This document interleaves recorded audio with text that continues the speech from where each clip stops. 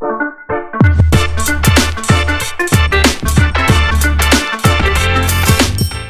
Boss 25 రోజులో ఏం జరిగిందో ఇప్పుడు చూద్దాం. బిగ్ బాస్ 25 రోజులో రంగస్థలంలో సాంగ్ వేశారు.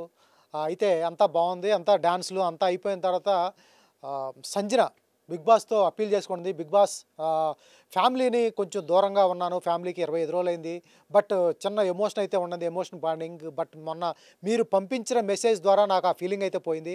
కాకపోతే అక్కడంతా హ్యాపీ, వాళ్ళంతా హ్యాపీగా ఉన్నారు, నేను కూడా వాళ్ళ మెసేజ్ వినేసి నేను కూడా హ్యాపీగా ఉన్నాను. కాకపోతే ఇక్కడ హౌస్లోకి వచ్చేటప్పటికి అంతా యంగ్స్టర్స్ ఉన్నారు, ఒక్కొక్కరు నాకంటే 12 ఏళ్ళు చిన్న యంగ్స్టర్స్తో నేను గేమ్ ఆడాలి, టాస్క్లు ఆడాలంటే కొంచెం కష్టంగా ఉంది, అయినా కూడా నేను ఆడతాను అంటూ కూడా బిగ్ బాస్కి అప్పీల్ చేసుకుంది. తర్వాత బిగ్ బాస్ ఒక టాస్క్ అయితే పెట్టడం జరిగింది. పవర్ కార్డు కోసం ఒక టాస్క్ పెట్టాడు. హౌస్లో ఒక హిప్పో లాంటి బొమ్మ ఒకటి పెట్టుకారు. ఆ హిప్పో సౌండ్ చేస్తూ ఉంటుంది. ఆ సౌండ్ ఎప్పుడు చేస్తుంది? తనకు ఆకలేసినప్పుడు సౌండ్ చేస్తూ ఉంటుంది. అప్పుడు దాని గొంతులో బాల్స్ పెట్టాలి. ఇది టాస్క్. అప్పుడు దానికి సంచాలకుగా భరణిని పెట్టడం జరిగింది. అయితే హౌస్ బయట నుంచి కానీ లేకపోతే హౌస్లో కానీ ఎక్కడన్నా బాల్స్ పెడతారు, ప్లాస్టిక్ బాల్స్ పెడతారు. ఆ బాల్స్ తీసుకొని టీం 3 సభ్యులుగా విడిపోయారు. Red, blue, yellow.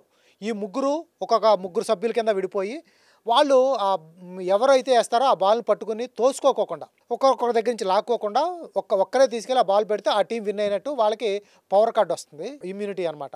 అయితే ఈ బాల్ తీసుకొచ్చే క్రమంలో 3 టీములు, ఎల్లో, బ్లూ, తర్వాత రెడ్, ఈ 3 టీములు ఒకరి మీద ఒకరు పడిపోయి లేడీస్ లేదు, జెంట్స్ లేదు.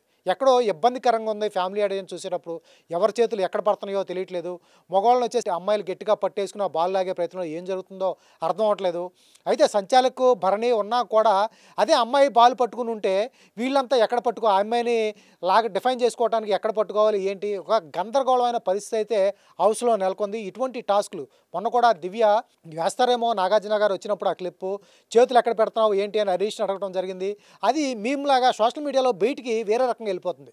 అంటే మనం ఇటువంటి టాస్కులు లేడీస్కి, జెంట్స్కి టాస్కులు పెట్టినప్పుడు ఎటువంటి టాస్కులు పెట్టాలి అనేది ఒకసారి ఆలోచిస్తే బెస్ట్. ఎందుకంటే హౌస్లో బిగ్ బాస్ గురించే కామన్ ఆడియన్స్ చూస్తున్నారు కాబట్టి ఫ్యామిలీ ఆడియన్స్ దాన్ని ఎలా తీసుకుంటారనేది ఒక్కసారి ఆలోచించుకోవాలి. ఎందుకంటే ఇటువంటి టాస్క్లో లేడీస్ అంతా పడిపోయి అబ్బాయిల మీద పడిపోతున్నారు, అబ్బాయిలు అమ్మాయిలు లాగేస్తున్నారు, రకరకాలుగా ఉంది. చూసే ఆడియన్స్కి ఎలా వెళ్తుంది అనేది ఒకసారి చెక్ చేసుకోవాలి. సంజన ఇమ్ముని పిలిచి గేమ్ అంటే ఒకప్పుడు చదరంగం లాగా ఆడాలి, ఇంకొకప్పుడు రణరంగం లాగా ఆడాలి అంటూ కూడా చెప్పడం జరిగింది. తల్లి కొడుకు వాళ్ళిద్దరూ కూడా కాంపిటీషన్లో పాల్గొన్నారు. ఒకసారి సంజనాని గట్టిగా పట్టుకుని అమ్మ అంటూ సంజనాని కూడా గట్టిగా పట్టుకుని సంజనాని కదలనివ్వకుండా పట్టుకున్నారు.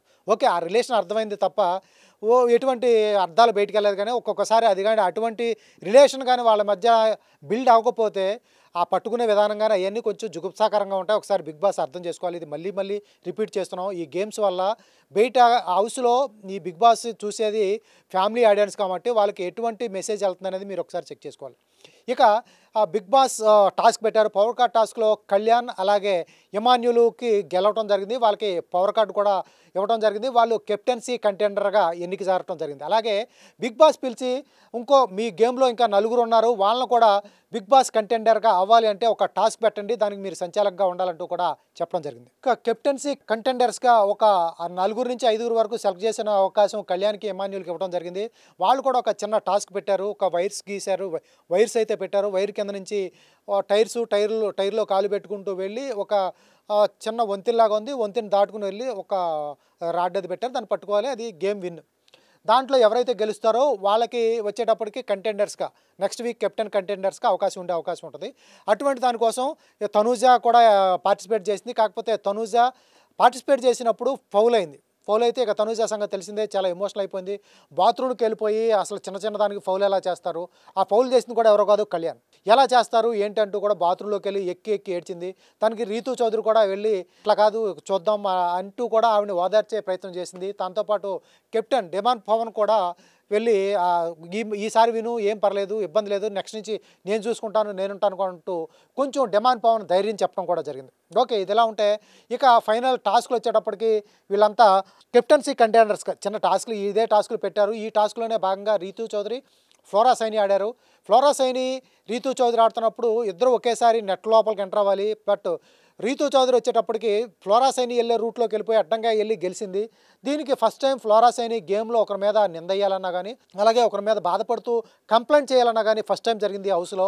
రీతూ చౌదరి గేమ్ బాగాలేదు, గేమ్ పద్ధతిగా ఆడలేదంటూ కూడా రీతూ చౌదరి మీద కంప్లైంట్ చేయడం జరిగింది. ఇద్దరు స్ట్రైట్గా వెళ్ళాలి, తను నా రూట్లోంచి వెళ్ళి నెట్ దాటి వెళ్ళిపోయిందంటూ కూడా కంప్లైంట్ చేయింది. ఇది ఫెయిర్ గేమ్ అయితే ఫెయిర్ కాదు, ఇది కరెక్ట్ కాదు అంటూ కూడా చెప్పడం కూడా జరిగింది. సో ఇది 25వ రోజు బిగ్ బాస్ హౌస్లో ఏం జరిగిందో, బిగ్ బాస్ హౌస్ గురించి నా రివ్యూ. సో నా రివ్యూ కానీ, అలాగే బిగ్ బాస్ హౌస్లో మీకు నచ్చిన కంటెస్టెంట్ ఎవరు, అలాగే 25 రోజుల బిగ్ బాస్ ఎలా ఉంది ఏంటి అనేది కింద కామెంట్ బాక్స్లో పిన్ చేయండి. పేదవాడి పక్షాన నిలబడతాం, ప్రజా గొంతుకై నినదిస్తాం. వాయిస్ ఆఫ్ వాయిస్లెస్, తెలుగువారి మనస్సాక్షి, సాక్షి టీవీ. సాక్షి టీవీ ప్రసారాల కోసం మీ స్థానిక కేబుల్ ఆపరేటర్ని వెంటనే సంప్రదించండి.